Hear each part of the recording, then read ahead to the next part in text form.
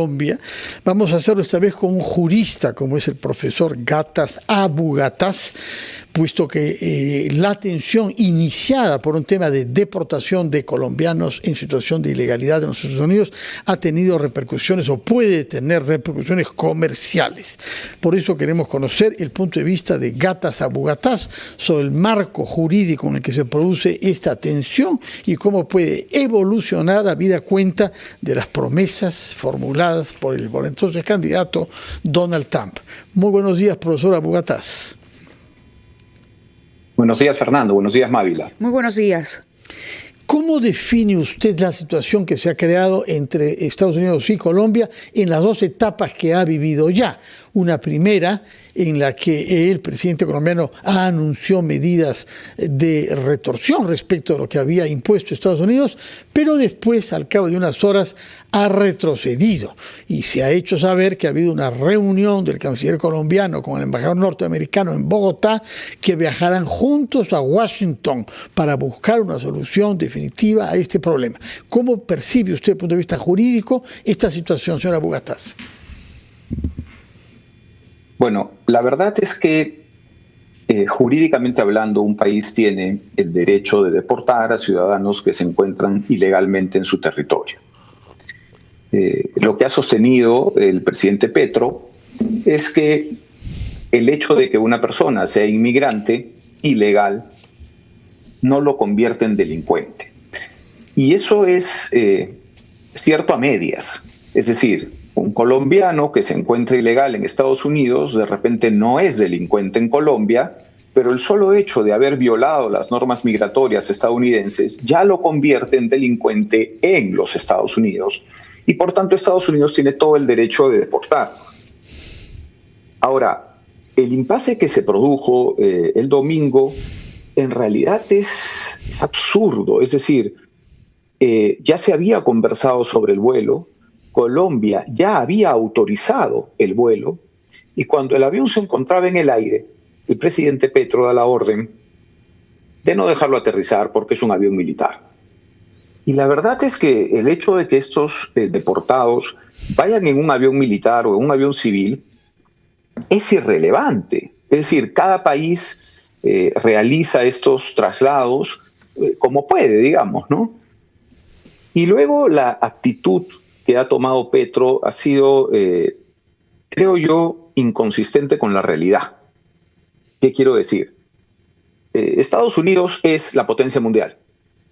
Y por más que el señor Petro considere que es el líder del socialismo del siglo XXI o el progresismo, de como se le quiera llamar, no está pues Colombia, ni Perú, ni Ecuador en condiciones de hacer frente a los Estados Unidos de una manera tan brutal, ¿no? Luego de haber prohibido el aterrizaje de un vuelo inicialmente autorizado. Claro. Entonces, más, sí, me permite, hay detalles interesantes, ya que toca el tema de los vuelos. El gobierno de Colombia había dispuesto incluso, o ha señalado, hizo la oferta de un avión presidencial para facilitar el retorno de estos inmigrantes, ¿no? Algo que la Casa Blanca ya había rechazado de antemano, ¿no? Entonces, lo que vino después ya fue peor, porque en un momento Estados Unidos eleva los aranceles y Petro los eleva más. Entonces íbamos en una escalada que por eso en el bloque anterior señalábamos el propio señor Petro no ha salido a ponerle fin a este asunto, sino han tenido que ser funcionarios de su gobierno a hablar por el gobierno, porque difícilmente podría Gustavo Petro, responsable de esta escalada, poner la cara para decir, sí, bueno, finalmente Estados Unidos ejerció una fuerza que no tenemos en una negociación que de antemano estaba perdida. Ahora, esto va dejando un precedente, es un precedente para cómo nos salpica, digamos, esto, o qué lecciones nos deja, como decía Fernando al inicio de la entrevista. Sí, lo que ocurre es que en realidad la actitud de Petro desde el inicio de su gobierno ha sido lamentable. Por ejemplo, habla de la dignidad y los derechos humanos de los migrantes, pero hacer que vayan en un vuelo, en un avión militar, hasta Colombia, para luego regresarlos a Estados Unidos, digamos, es absurdo. Ahora, deja un precedente sin duda. Lo que está haciendo Estados Unidos es dejar las cosas claras, ¿no? La potencia mundial soy yo. Las personas que violan las normas de Estados Unidos, para Estados Unidos, son delincuentes, por más que en sus países no hayan cometido ningún delito. Tengo todo el derecho de devolverlos. Esta es una política estadounidense que viene desde hace algunos años atrás, no es algo nuevo. Claro, ¿acaso entiendo que hace Trump tiene una renovada? Claro, a eso me refería. Y llegó al punto incluso de decir, bueno, ok, no acatas mis reglas, entonces se acabaron las visas. Adiós visas. Se acabaron las visas para los funcionarios, los miembros del partido, los familiares de ambos. Exacto.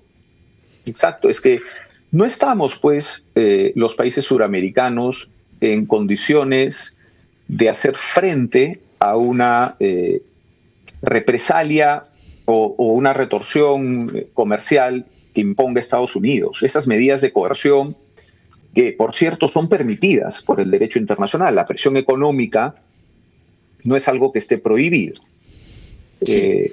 Señora Bogotá, quería preguntarle sin duda. Usted comenzó diciendo que el vuelo de Estados Unidos había sido autorizado a entrar al espacio aéreo colombiano y a aterrizar en suelo colombiano.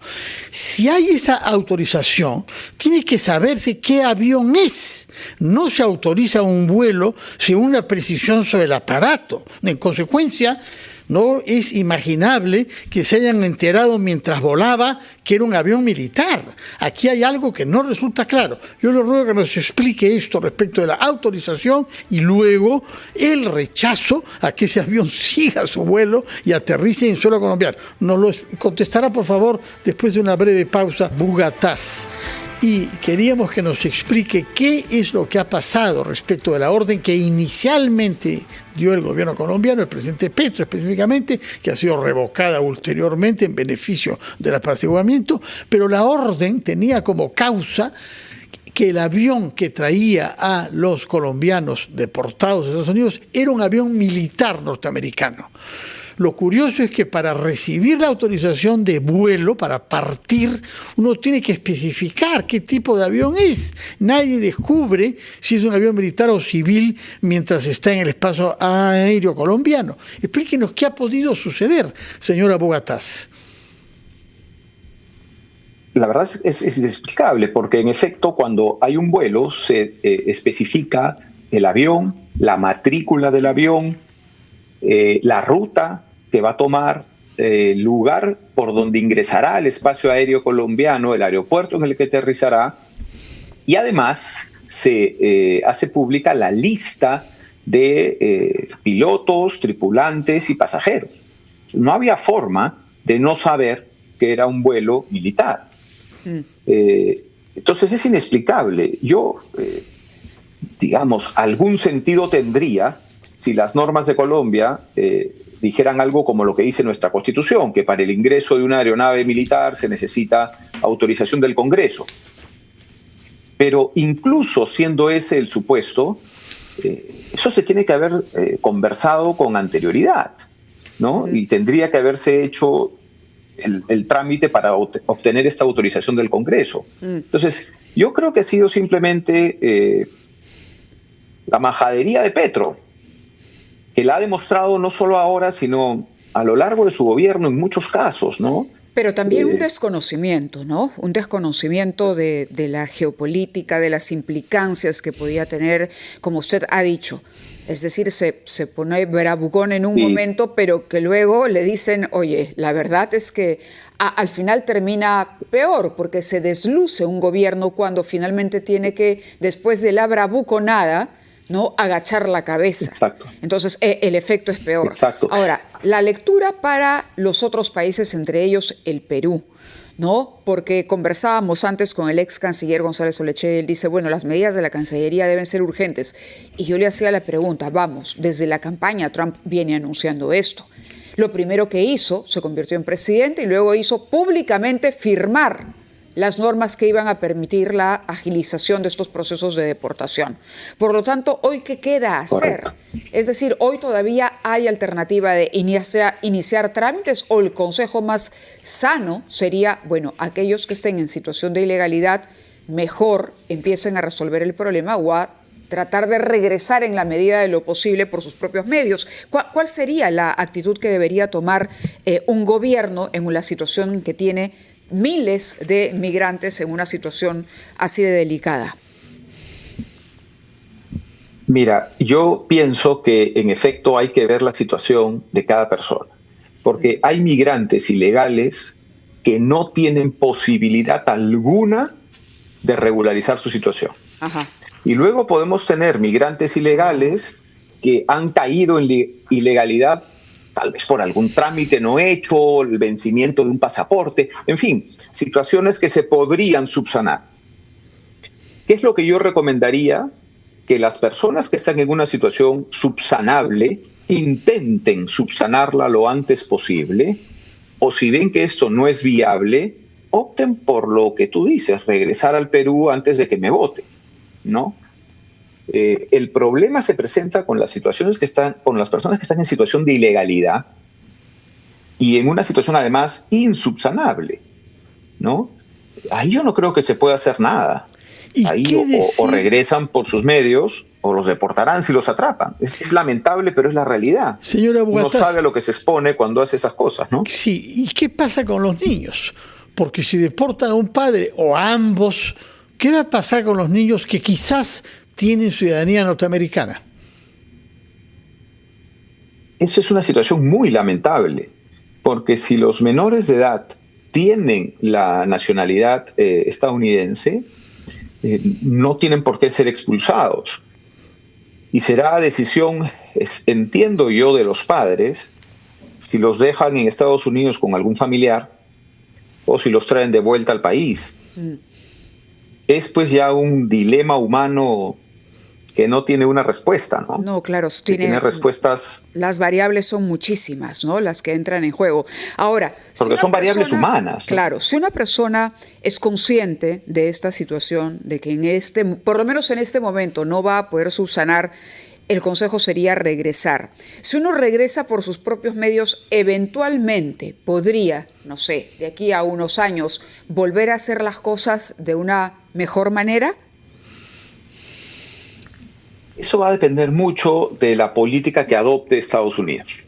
Es decir, si la situación en la que se cayó en la ilegalidad es pues una cuestión, digamos, justificable, lo más probable es que eventualmente se le pueda volver a autorizar el viaje a los Estados Unidos. Pero, dada la realidad, yo creo que la mayoría de casos no son esos, sino que la mayoría de casos son las de peruanos, situaciones muy terribles aquí que optaron por el ingreso ilegal, ¿no? Incluso atravesando la frontera de México, en fin. Yo dudo mucho que esas personas puedan ser autorizadas para volver a Estados Unidos, al menos en un futuro, no digo próximo, sino mediano, ¿no? Claro, Brasil se ha quejado del trato que se le ha dado a los deportados, ¿no? Porque, bueno, también el ex canciller mencionaba el hecho de que vengan esposados, en fin, de que el trato debería ser humanitario. ¿Hay algo que se pueda hacer ahí también? Es decir, ¿cómo maneja América Latina, ¿no?, en bloque esta situación y este trato, de alguna manera, protegiendo la imagen también de los presidentes que tienen que interactuar en esta situación tan compleja con un presidente como Donald Trump? ¿Qué es lo sensato en este momento?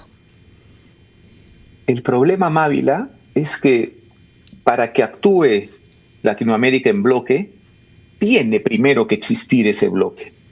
Y lo que tendríamos que preguntarnos es, ¿existe hoy en Latinoamérica o incluso en Sudamérica un bloque con la capacidad de ir en conjunto a hablar con los Estados Unidos? Porque, sin duda, el migrante ilegal es en Estados Unidos un criminal, ha cometido un ilícito, pero la exageración de traerlos amarrados y esposados, sin duda es una exageración, ¿no? Es decir, yo creo que en colaboración con los consulados y con el personal de los consulados, se podría hacer un traslado, digamos, menos llamativo. Señor Gattaz, pero claro, eso se tiene que conversar. A propósito del bloque latinoamericano, mientras haya un gobierno como el de Venezuela, es inimaginable que haya unidad de los países de América del Sur, por lo pronto. Pero nosotros hemos deportado venezolanos, los hemos enviado en aviones a Venezuela durante más de un año. Tengo entendido que se ha interrumpido esto por decisión venezolana desde que el Perú decidió no reconocer la elección del señor Maduro hace pocas semanas. ¿Qué sucede en ese caso? ¿Qué podemos hacer con delincuentes venezolanos que han purgado su pena en el Perú y que normalmente debían ser deportados a su país de origen, pero su país de origen no recibe, no permite que el avión entre a su espacio aéreo, tal como Colombia intentó inicialmente hacer con sus compatriotas de Estados Unidos? Sí, es una situación muy compleja porque en realidad el país que está obligado a recibir a los nacionales es el país del que son nacionales estos migrantes. Es decir, si tenemos venezolanos que han cometido un delito, que han sido sancionados, que cumplieron su condena y ahora la consecuencia migratoria es que deben ser expulsados, el otro país no se debiera negar, no podría negarse a recibirlos porque estaría violando los derechos humanos de esos venezolanos. Claro, el propio derecho humano a la nacionalidad. Muy bien, señor Gattaz. Entonces, lo que ocurre es que lo hace, ¿no? Y claro, en una situación como la de Venezuela, en la que no se le puede, digamos, demandar por violación de derechos humanos porque no forma o no asiste o no cumple las sentencias de la Corte, es poco lo que se puede hacer, lamentablemente. Muchas gracias, señor Gattaz Abu Gattaz, especialista en Derecho Internacional, por aclararnos sobre este incidente que ha habido, de momento apaciguado, entre Estados Unidos y Colombia, lo que no impide que puedan resurgir dificultades con los vuelos, con los deportados latinoamericanos que procedan de Estados Unidos. Muchas gracias por su participación en nuestro programa. Que tenga usted buenos días.